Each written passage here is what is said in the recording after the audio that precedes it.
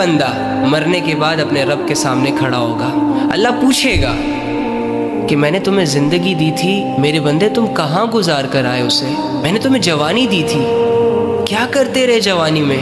میں نے تمہاری طرف سمجھانے والوں کو بھیجا تھا کہ وہ تمہیں سمجھائیں، وہ تمہیں بتائیں کہ دنیا دھوکہ ہے، زندگی ختم ہونے والی چیز ہے. تم اس دنیا میں کھیل کود کے لیے نہیں پیدا کیے گئے ہو.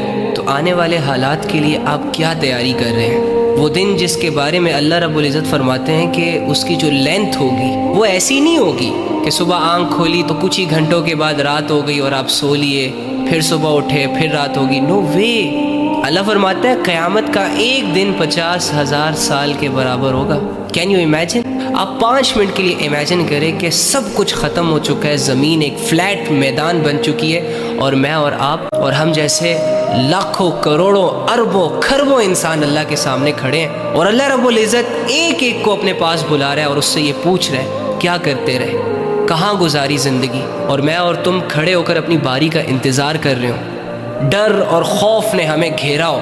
جب ہماری آنکھوں کے سامنے وہ منظر آئیں گے کہ اللہ رب العزت بہت سارے لوگوں کے حق میں ان کے اعمال کی وجہ سے جہنم کے فیصلے کر رہا ہے، اور فرشتے ان لوگوں کو گھسیٹ گھسیٹ کر جہنم میں پھینک رہے ہوں، اور میں اور تم چپ چاپ کر کے یہ دیکھ رہے ہوں ابھی ہمارا نمبر نہ آیا ہو. تو کیا میرے اور تمہارے اعمال اس لائق ہیں کہ جب اللہ رب العزت مجھے اپنے سامنے کھڑا کرے گا اور مجھ سے یہ پوچھے گا کہ میرے بندے تم کیا کرتے رہے، تو کیا میں اپنے اعمال اللہ کے سامنے رکھ سکتا ہوں؟ جس طریقے سے میں اور تم اپنی زندگی گزار رہے ہیں، جو اعمال ہم کر رہے ہیں، کیا یہ اعمال ہم اللہ رب العزت کے سامنے رکھ سکتے ہیں؟ ہماری تو راتیں گھنونی، ہمارے تو دن دھوکے بازیوں میں گزرتے ہیں. زبان سے نکلنے والے الفاظ جھوٹے، دل میں پیدا ہونے والے خیالات گندے. اپنے ہی ہاتھوں سے ہم نے اپنی زندگیوں کو اندھیروں، گمراہیوں اور بے حیائیوں کے حوالے کر دیا.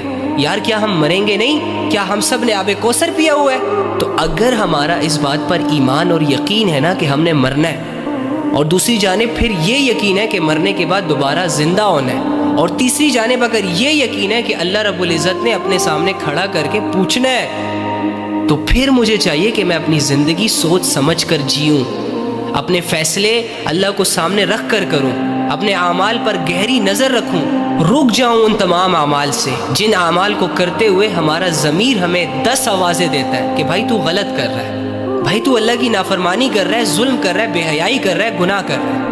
لیکن ہم اپنے ضمیر کو کتنے اچھے طریقے سے چپ کروا لیتے ہیں کہ کچھ نہیں ہوتا، کوئی بات نہیں، اسکوپ چل رہا ہے، دنیا کر رہی ہے، تم بھی کر لو، نہیں ہوگا کچھ، ایٹ ڈرنک اینڈ بی میری ڈوڈ، کچھ نہیں ہوگا.